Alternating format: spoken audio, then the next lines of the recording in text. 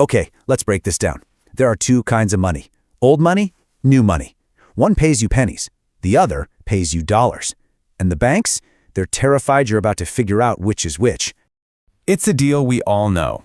You have money, you give it to a bank. They keep it safe for you. And in return, for letting them use all your cash, they give you back pennies. Literally, pennies on the dollar. But now, a challenger has entered the ring. A new kind of money. It's digital, and it's really fast. And this new money? It's playing a completely different game. No more pennies. We're talking dollars. Real dollars. A whole lot more of them. So, this is what it all comes down to. It's a fight between two piggy banks. The old, dusty one we're all used to, and a new, almost magic one. This is the real battle for your money. First up, let's crack open that old piggy bank. Let's take a look at how traditional banks actually make money from your money.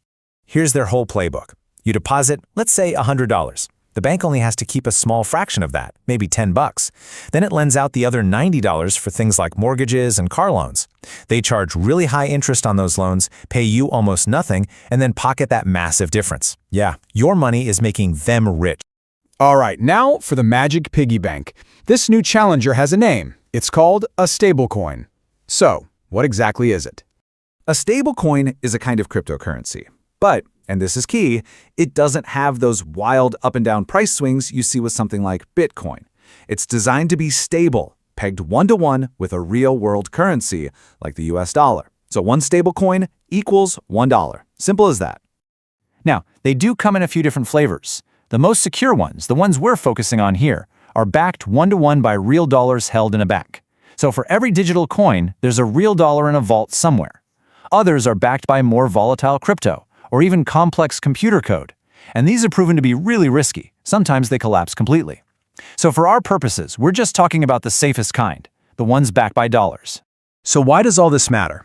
Well, because a massive shift is already happening, a kind of great financial migration from the old system to the new one. You might be sitting there thinking, okay, this is interesting, but what is the actual big deal here? Well, it comes down to one simple, incredibly powerful number. Just look at this. The magic piggy bank can offer returns of 4%, sometimes even more. The old piggy bank? Your average savings account gives you less than 0.5%. That's a difference of more than 10 times. It's not even a competition. And that huge difference has regulators worried. A recent U.S. Treasury report warned that $6.6 trillion in U.S. bank deposits are at risk of just leaving the banking system for these higher yields. To put that in perspective, that's more than a third of all the money deposited in the entire country. So why don't the banks just raise their rates and compete? The simple truth is, they can't. It's an unfair fight, and the way they're built puts them at a major disadvantage. I mean, think about it. Banks have massive overhead costs. Physical branches, thousands of employees, heavy regulations. These fintech platforms that run on stablecoins, they're digital, they're lean, and they can operate 24/7 with just a fraction of the cost. And that lets them pass all those savings and profits right on to you. And we're reaching a tipping point, with new regulations coming into place. Laws are starting to officially recognize these fully backed stablecoins, giving them a green light to compete.